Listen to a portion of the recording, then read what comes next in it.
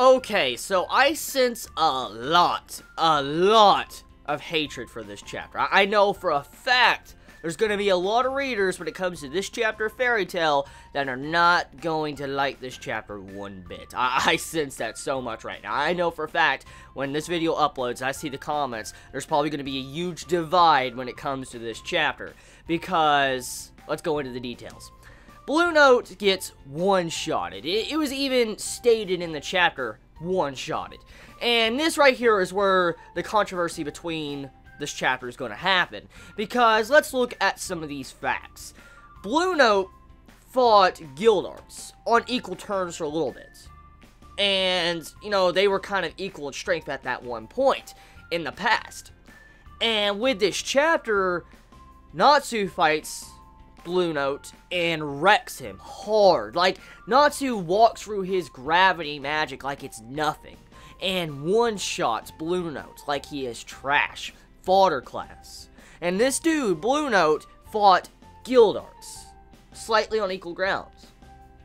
So this is where the controversy begins. Because right now, from what we can assume, is Natsu is Guildarts level, or very, very close to it, because there was panels in this chapter by Hiro Mashima. He actually made some certain panels that represented that Natsu is extremely like Guildarts. Like, there was a panel side by side showing Guildarts' face and Natsu's face, and it was to represent that Natsu is now at Guildarts level. Now, we don't know if he's 100% as strong as Guildarts. One day, Natsu will eventually be there, but that's what this chapter goes to represent, that Natsu is very close to Guildarts in terms of power.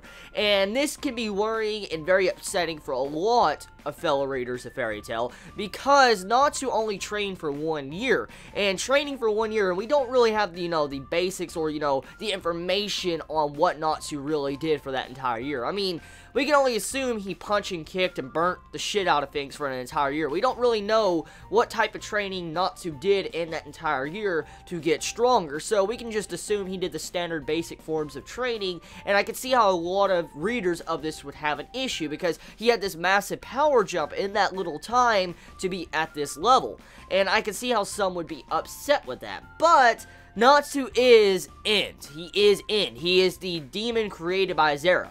And it's very obvious he would be unbelievably fucking strong. It's very obvious he would. Especially after, you know, the plot point was finally officially revealed. And along with Natsu showing growth through majority of the series where he gets stronger at certain aspects. So it's very obvious he would have gotten stronger after the time skip. And it was very obvious he might have beaten Bluenote because of the way he was done in the last chapter. Because Hiro Mashima would not showcase Bluenote in the last chapter, bring him back into post-time skip, just to let him beat Natsu. He wouldn't do that, because that would have also pissed off a lot of readers. So he brought in Bluenote as a power skill to show you how strong Natsu is in this chapter.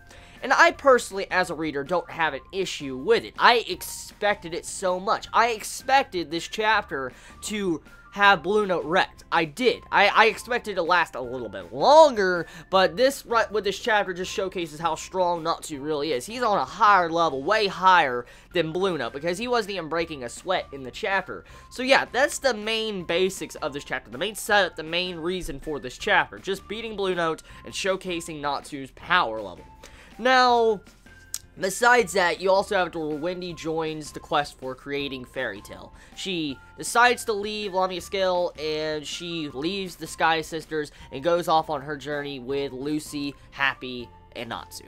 And it's a really cool ending. I like it. I like the way the ending was done. And the way the ending cliffhangers us on Juvia, I'm really looking forward to that. I'm really looking forward to seeing how that goes, because we find out at the end of the chapter, like only a panel or two, Juvia is by herself from what we can assume. Juvia is by herself in a village, depressed, because you see nothing but rain all around this village. It never stops raining. It's because of Juvia. Let's just be real here. Juvia is continuing to make it rain all around in that town, and from the way her face was displayed at the end of the chapter, she's very depressed. So I'm assuming something happened to Gray. Gray, you know, said, I'm not going by myself, you stay by yourself, and stuff like that. Probably left Juvia, and Juvia is very upset and depressed because of that. So, yeah. I could sense Juvia being very easy to bring back on the side of Fairy Tail, because you're going to have it to where, you know, Natsu, Lucy, all that are going to go there, start talking to Juvia, and we're saying, oh, we're trying to find Gray, and then Juvia's probably going to jump along board because she wants to find Gray, too. I'm willing to bet something like that's going to happen. Or what would be very fucked up, like, you know what would be extremely fucked up, and what if Hiro Mashima did it?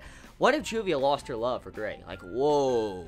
That'd be some massive, massive plot twist. But I highly doubt it, but that would be crazy if Hiro Mashima decided to make it to where Juvia fell out of love with Gray. That would be pretty cool.